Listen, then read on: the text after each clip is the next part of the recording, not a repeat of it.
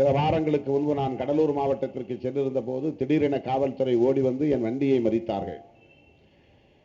ஏன் என்ன என்று கேட்டோம். அங்கே மறியல் நடந்து கொண்டிருக்கிறது, நீங்கள் அந்த வழியை செல்ல வேண்டாம், வண்டியை திருப்புங்கள், வேறு வழியை செல்லலாம் என்று சொன்னார்கள். அவர்கள் மறியல் நடத்துவதற்கும் நான் அந்த வழியை செல்வதற்கும் என்ன சிக்கல்?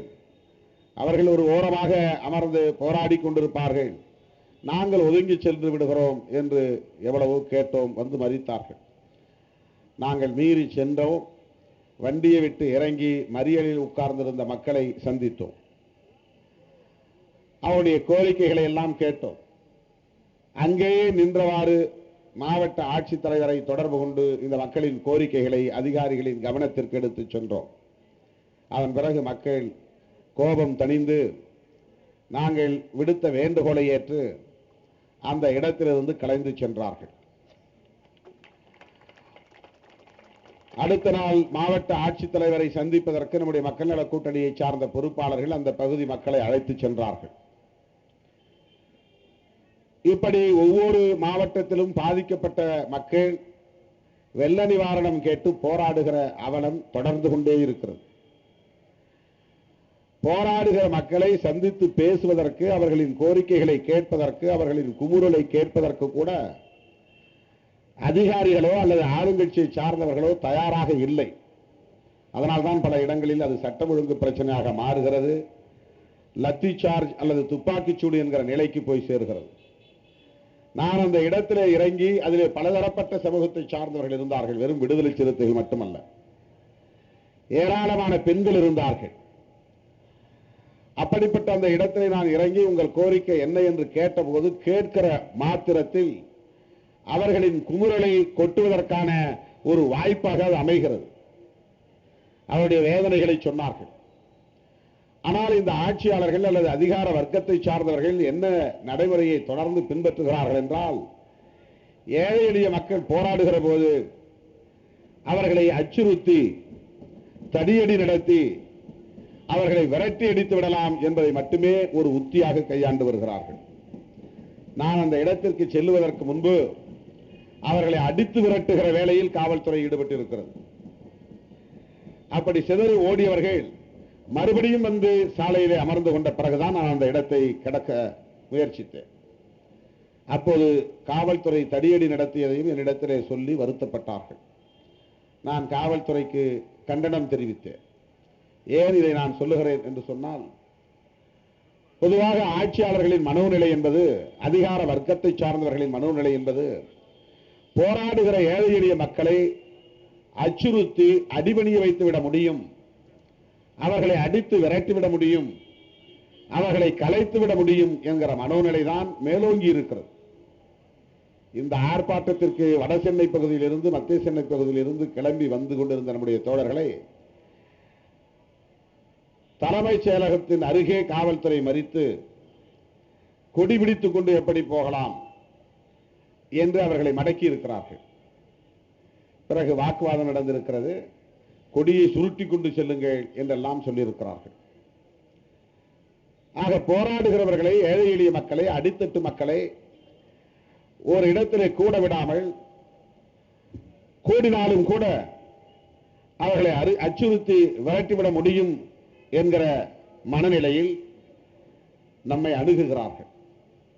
இப்படிப்பட்ட ஒரு சூழலில் தான் இன்றைக்கு நாம் மக்கள் நல கூட்டணியின் சார்பில் ஒட்டுமொத்த மக்களின் குமுறலை வெளிப்படுத்தக்கூடிய வகையில, அரசின் கவனத்திற்கு இதை கொண்டு செல்லுகிற வகையில, நாட்டு மக்களுக்கு இந்த அரசாங்கத்தின் அணுகுமுறைகளை எல்லாம் அம்பலப்படுத்துகிற வகையில இங்கே கூடியிருக்கிறோம். தமிழக அரசு இப்போது இடைக்கால நிதிநிலை அறிக்கையை சட்டமன்றத்தில் சமர்ப்பித்திருக்கிறது. 60,000 கோடிக்கு மேலான நிதி ஒதுக்கீடு செய்திருப்பதாக அறிவித்திருக்கிறார்கள். இன்னும் ஓரிரு மாதங்களில் தேர்தல் வர இருக்கிறது. இப்படிப்பட்ட ஒரு சூழலில் இவர்கள் தேர்தலை மட்டுமே குறியாக வைத்து மக்களை மீண்டும் ஏய்த்து ஆட்சிக்கு வர வேண்டும் என்கிற அடிப்படையில் இந்த நடவடிக்கையிலே ஈடுபட்டு இருக்கிறார்கள். மக்களுக்கு வெள்ள நிவாரணம் வழங்குவதை கூட முழுமையாக வெற்றிகரமாக நடத்த இயலாத இவர்கள் தேர்தலுக்கு வாக்குக்கு பணம் கொடுப்பதை மட்டும் மிகச்சிறப்பாக செய்கிறார்கள்.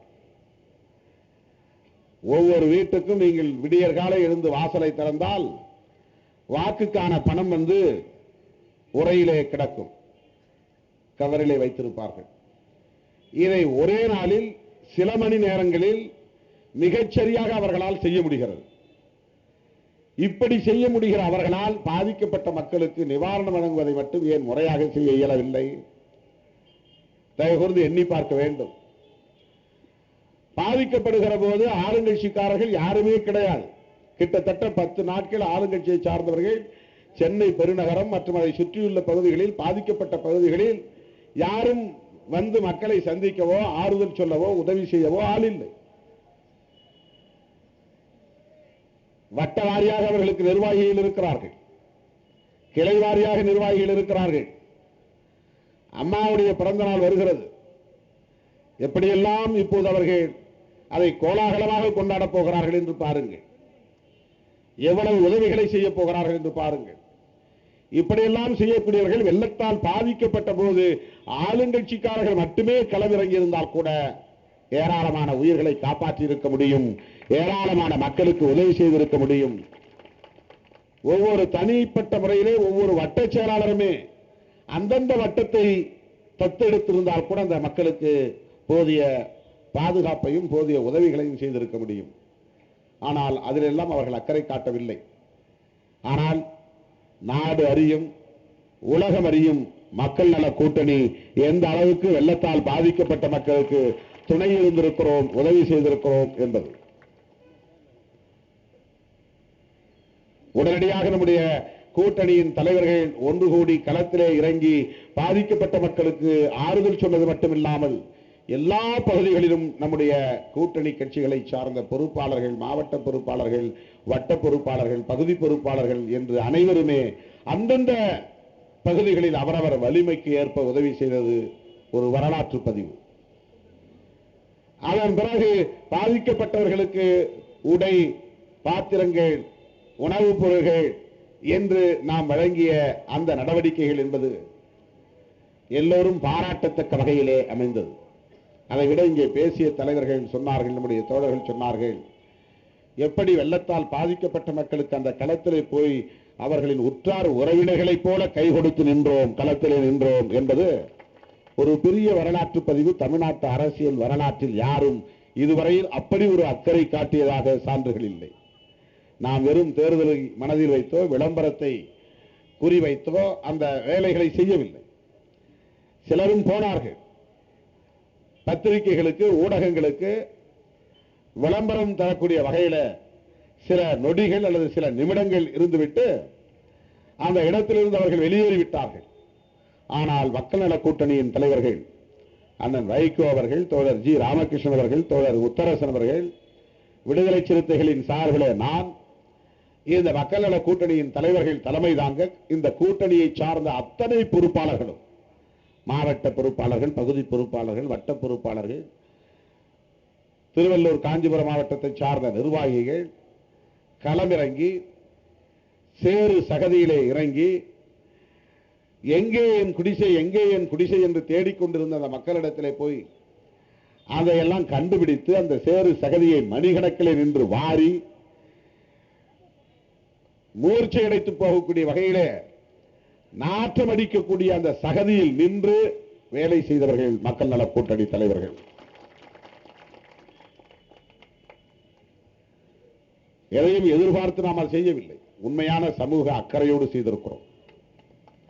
உண்மையான மக்கள் பற்றோடு, மக்கள் நேசத்தோடு அந்த களத்திலே நாம் நின்றோம். முதலாக நாம் தான் அரசாங்கம் பாதிக்கப்பட்டவர்களுக்கு என்னென்ன உதவிகளை செய்ய வேண்டும், எவ்வளவு இழப்பீடு வழங்க வேண்டும் என்கிற அறிக்கையை வெளியிட்டோம். பாதிக்கப்பட்ட அனைவருக்கும்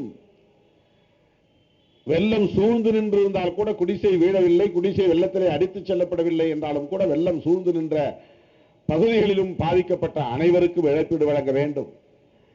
விவசாயிகளுக்கு ஒரு ஏக்கருக்கு 25,000 ரூபாய் வழங்க வேண்டும்.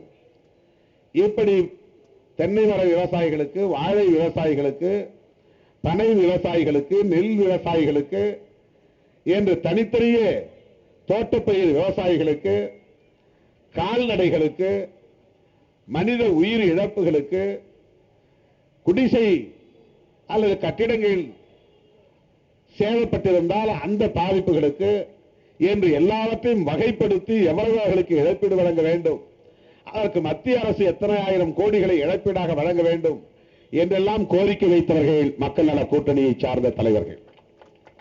அதன் பிறகுதான் பல பேர் அறிக்கை வெளியிட்டார்கள். அதன் பிறகுதான் தொழிலதிபர்கள் எல்லாம் மாநில அரசுக்கு கொண்டு போய் நிதி கொடுத்தார்கள். ஆனால் மாநில அரசு பாதிக்கப்பட்டவர்களுக்கு இழப்பீடு வழங்கியிருக்கிறார்களா என்பதை நம்மிலிருந்தே நாம் சிந்தித்து பார்த்தால் தெரியும். நான் வேளச்சேரியிலே குடியிருக்கிறேன். நம்முடைய பள்ளிக்கூட கட்டிடம் ஒன்று இருக்கிறது. அந்த கட்டிடத்திலே ஒரு அறையிலே நான் இருக்கிறேன். அங்கே சுற்றியுள்ளவர்கள் ஏராளமானவர்கள் மக்கள் இருக்கிறார்கள். பாதிப்பு என்றால் எனக்கும் பாதிப்பு தான். நானும் அங்கே ஒரு குடிமகனாக வாழ்ந்து கொண்டிருக்கிறேன். அந்த பள்ளிக்கூடம் கடுமையாக பாதிக்கப்பட்டு விட்டது. ஏராளமான ஆவணங்கள் பாதிப்பு, சுற்றியுள்ள மக்களுக்கு பாதிப்பு. ஆனால் அந்த பகுதியிலே பாதிக்கப்பட்டவர்களுக்கு நிவாரணம் வந்திருந்தால் எனக்கும் வந்திருக்க வேண்டும். என்னை யாரும் எந்த அதிகாரியும் வந்து இதுவரையில் கேட்கவும் இல்லை, நிவாரணம் வழங்கவும் இல்லை. எனக்கு ஏற்பட்ட பாதிப்பை யார் ஈடு செய்வது? நான் கிட்டத்தட்ட 1.5 மாத காலம் வெளியே ஒரு அறை எடுத்து தங்கியிருந்தேன். அந்த அறைக்கு யார் வாடகை செலுத்துவது? அது எனக்கு ஏற்பட்ட பாதிப்பு தானே, எனக்கு இழப்பு தானே. ஆகவே பாதிக்கப்பட்டவர்களுக்கு இழப்பீடு போய் சேர்ந்திருக்கும் என்றால் அந்த பாதிப்பாளர்களுள் நானும் ஒருவன். என்னை இதுவரையில் எந்த அதிகாரியும் வந்து விசாரிக்கவில்லை என்பதே இந்த ஆட்சியின் லட்சணம் என்னவென்று தெரிகிறது. இதுவரை எங்க அலுவலகத்திற்கு வந்து இங்கே என்ன பாதிப்பு ஏற்பட்டது, என்ன சேதம் ஏற்பட்டது என்று எந்த விசாரணை நடக்கவில்லை. இங்கே சேப்பாக்கம் பகுதியிலே 2400 பேருக்கு இழப்பீடு வழங்கவில்லை என்று ஒரு தம்பி துண்டு சீட்டு கொடுத்தார். இப்படி நாம் சொல்லிக்கொண்டே போக முடியும்.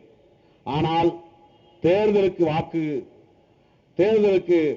வாக்குகளுக்காக பணம் கொடுப்பதற்கு இப்போதே அவர்கள் தயாராகிவிட்டார்கள். அதற்கு மட்டும் நல்ல சிஸ்டம் வைத்திருக்கிறார்கள். இதையே அவர்கள் இப்படி வழங்கவில்லை என்பது ஒரு மிகப்பெரிய கேள்விக்குறி. அதற்கு என்ன காரணம் என்றால், இப்படி மக்களுக்கு, பாதிக்கப்பட்ட மக்களுக்கு வழங்கப்படுகிற இந்த தொகையிலும் மிகப்பெரிய ஊழல் முறைகேடு நடக்கிறது. அதை நாம் புரிந்து கொள்ள வேண்டும். சுனாமிக்காக எத்தனை கோடிகள் வசூலாயின, அதற்கு என்ன கணக்கு? பாதிக்கப்பட்டவர்களுக்கெல்லாம் தொண்டு நிறுவனங்கள் வந்து உதவி செய்தன. அரசு என்ன செய்தது? பாதிக்கப்பட்டவர்களுக்கெல்லாம் இப்போதும் கூட தொண்டு நிறுவனங்கள் உதவி செய்தன. அரசு என்ன செய்திருக்கிறது?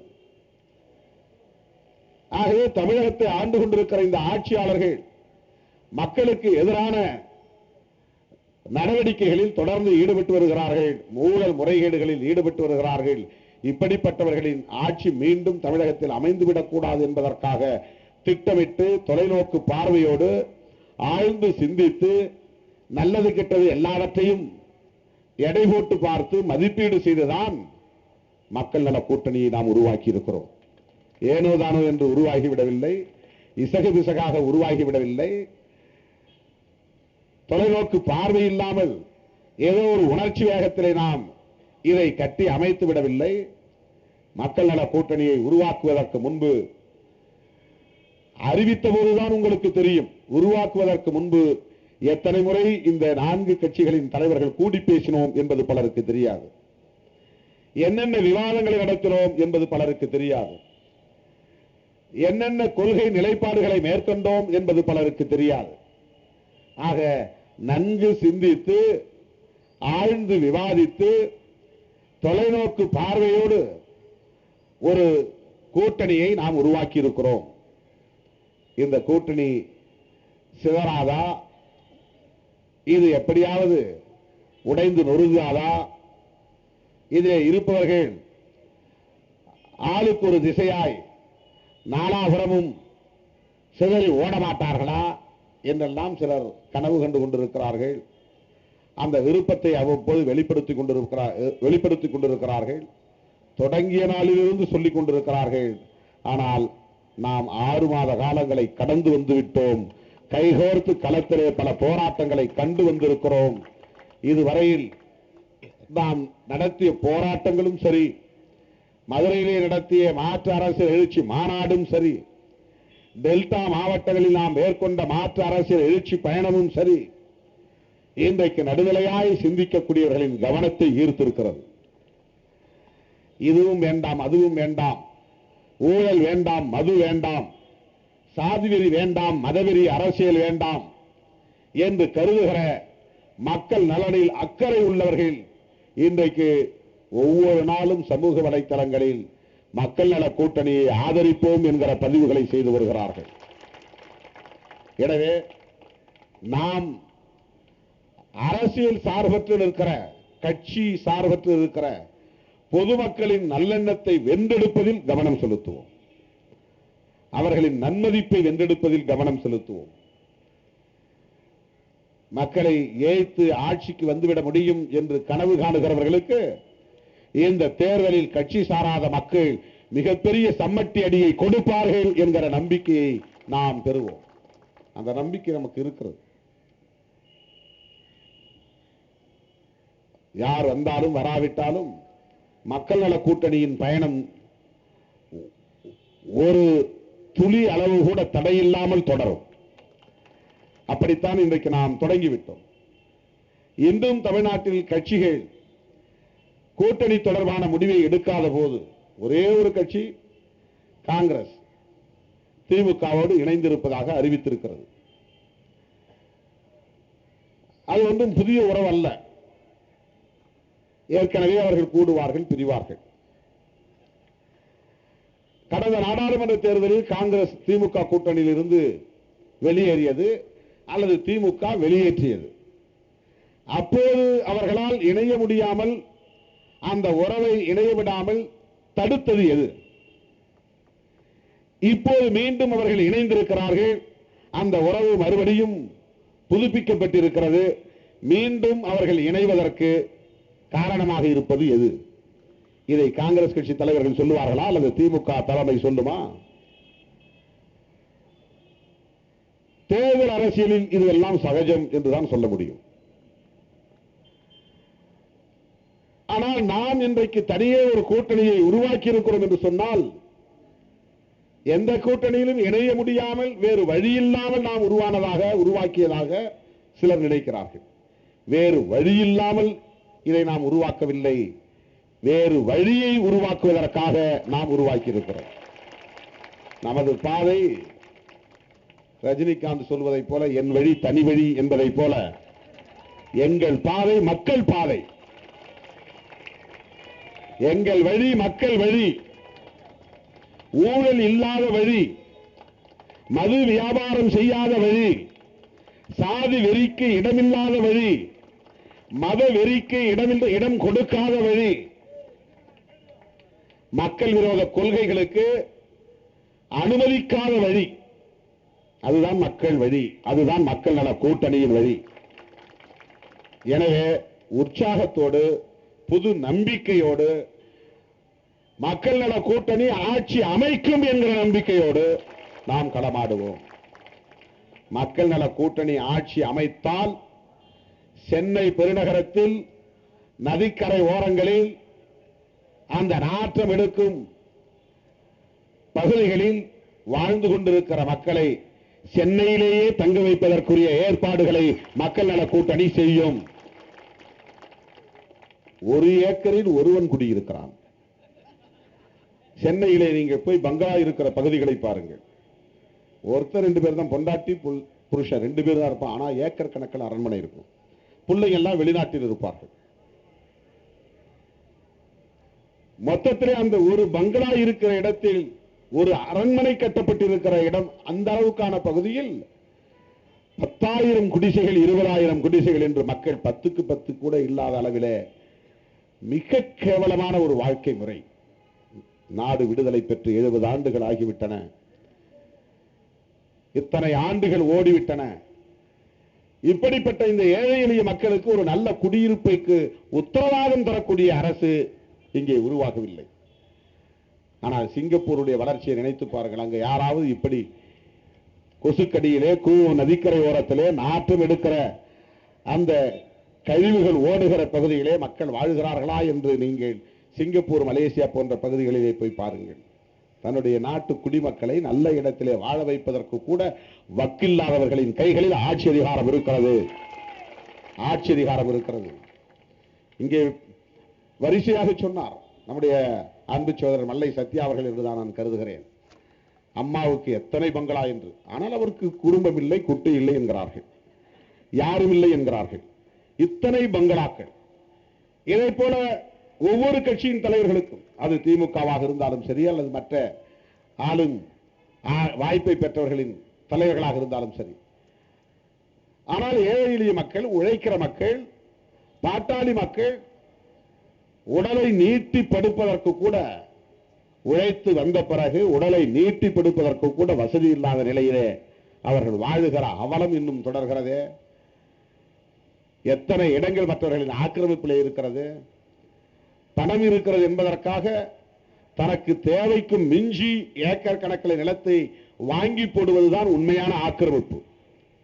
ஆனால் நதிக்கரை ஓரங்களிலே, அந்த நாற்றம் எடுக்கிற பகுதிகளிலே வாழ்ந்து கொண்டிருக்கிற மக்கள் 10க்கு 10 கூட 100 சதுர அடி கூட இல்லாத வகையிலே வாழுகிற அந்த குடிசை வாழ் மக்களை ஆக்கிரமிப்பாளர்கள் என்கிறார்கள். அவர்கள் வாழ்வதற்கு இடம் தேடி, வாழ்வாதாரம் தேடி தஞ்சம் புகுந்தவர்களை, அடைக்கலம் வந்தவர்களை ஆக்கிரமிப்பாளர் என்கிறார்கள். ஆனால் தேவைக்கு மிகுதியாக தன் கையில் பணம் இருக்கிறது என்பதற்காக ஏராளமான வீடுகளை வாங்கி போட்டிருப்பவர்கள், ஏக்கர் கணக்கிலே அரண்மனைகளை கட்டி போட்டிருப்பவர்கள் தான் உண்மையான ஆக்கிரமிப்பாளர்கள். கவர்னர் ஒருவர் தங்குவதற்கு 450 ஏக்கரிலே பங்களா என்று மல்லை சத்யா அவர்கள் சொல்கிறார். ஆனால் நமக்கு குடியிருக்க இங்கே இடமில்லையாம், சென்னைக்கு வெளியே போக வேண்டுமா. பேப்பர் பொறுக்கு வாழ்க்கை நடத்துகிறவன் எப்படி வெளியே போய் அவன் வாழ முடியும்? வீட்டு வேலை செய்து பிழைப்பு நடத்தக்கூடிய பெண்கள் எப்படி சென்னைக்கு வெளியே போய் அவர்கள் மீண்டும் தங்களுக்கான வாழ்வை புதுப்பித்துக் கொள்ள முடியும்? உணவகங்களிலே வேலை செய்யக்கூடிய தொழிலாளிகள், ரிக்ஷா ஓட்டி பிழைப்பவர்கள், ஆட்டோ ஓட்டி பிழைப்பவர்கள், மெக்கானிக் செய்யக்கூடிய அந்த ரிப்பேர் வேலைகளை செய்யக்கூடியவர்கள், இவர்களெல்லாம் சென்னைக்கு வெளியே விவசாயம் செய்யக்கூடிய பகுதிகளிலே போய் தங்கினால் அவர்கள் அங்கிருந்து மறுபடியும் எப்படி சென்னைக்கு வந்து வாழ்க்கையை நடத்த முடியும்?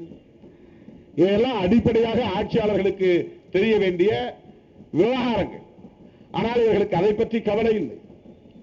இவர்களை எங்காவது வெளியே அனுப்பிவிட வேண்டும், சென்னையை சிங்கார சென்னையாக வைத்திருக்க வேண்டுமா? இன்றைக்கு சென்னையில இந்த ஏழை எளிய மக்கள், வாக்காளர்களாக இருந்த மக்கள் சென்னைக்கு வெளியே தள்ளப்பட்ட காரணத்தால் பிற மொழி பேசக்கூடியவர்கள் அல்லது பிற மாநிலங்களிலிருந்து வரக்கூடியவர்கள், வசதி படைத்தவர்கள், பெரும் பணம் படைத்தவர்கள், அரண்மனைகளை வாங்கி குவிக்கிறவர்கள், அதிலே வாழக்கூடியவர்கள் இன்றைக்கு எண்ணிக்கையிலே வலுத்து விட்டார்கள். அவர்கள் எல்லாம் விரும்புகிற ஆட்சியைத்தான் சென்னையிலே இன்றைக்கு கொண்டு வர முடிகிறது, மேயராக்க முடிகிறது. உண்மையில் சொல்ல போனால் சென்னை தலித் மக்கள் பெரும்பான்மையாக வசிக்கக்கூடிய ஒரு பகுதியாக இருந்தது. மாநகராட்சி என்பது பெரும்பான்மையாக தலித் மக்கள் வசிக்கக்கூடிய பகுதிக்கு ரிசர்வ்டாக தனி தொகுதியாக ஒதுக்கப்பட்டிருக்க வேண்டும். ஆனால் சென்னையில் ஒரு தலித் மேயராக வந்துவிடக்கூடாது என்பதற்காகவே சென்னையில் வாழ்ந்த பெரும்பான்மையான தலித்துகள் வெளியேற்றப்பட்டார்கள். இப்ப அதெல்லாம் பெருநகரமாக சென்னை மாநகராட்சிக்குள்ளே இணைக்கப்பட்டிருக்கிறது என்பது வேறு கதை. ஆனால் அவர்களை வெளியேற்றுவதில் இப்படி ஒரு அரசியல் உள்நோக்கமும் இருந்தது என்கிற ஒரு செய்தியும் உண்டு, ஒரு தகவலும் உண்டு. எனவே பொதுவாக உழைக்கிற மக்கள், பாட்டாளி வர்க்கத்தை சார்ந்த இந்த மக்கள், சென்னை பெருநகரத்தில் வாழ்வாதாரத்தை கொண்டிருக்கிற மக்கள் சென்னைக்கு வெளியே அப்புறப்படுத்தப்படுவது மிகப்பெரிய மக்கள் விரோத நடவடிக்கை. எனவே தேர்தலுக்கு பிறகு மக்கள் நல கூட்டணி ஆட்சிக்கு வறுமையானால் சென்னையிலேயே அவர்களுக்கு அடுக்குமாடி குடியிருப்பை கட்டுவதற்கான ஒரு திட்டத்தை நடைமுறைப்படுத்தும் என்று நான் சொல்ல கடமைப்பட்டிருக்கிறேன். இந்த 3 கோரிக்கைகளை தமிழக அரசு கவனத்தோடு பரிசீலிக்க வேண்டும். பாதிக்கப்பட்ட அனைவருக்கும் இழப்பீட்டை முறையாக வழங்க வேண்டும். இந்த நிவாரணம் வழங்குவதில் நடைபெறுகிற ஊழல் முறைகேடுகளை தடுக்க வேண்டும். சிறுதொழில், குறுந்தொழில் செய்யக்கூடிய இந்த ஏழை எளிய சாதாரணமான தொழில் செய்யக்கூடியவர்களுக்கு அரசு குறைந்தது 10 லட்சம் ரூபாய், 5 லட்சம் ரூபாய் தருவதாக அறிவித்தார்கள், தரவில்லை. குறைந்தது 10 லட்சம் ரூபாய் அவர்களுக்கு மூலதன உதவியாக கடன் வழங்க வேண்டும் என்று இந்த 3 கோரிக்கைகளையும் வலியுறுத்தி மக்கள் நல கூட்டணியின் இந்த மாபெரும் ஆர்ப்பாட்டத்தை ஒருங்கிணைத்த அத்தனை தோழர்களையும் பாராட்டி வாய்ப்புக்கு நன்றி கூறி நிறைவு செய்கிறேன்.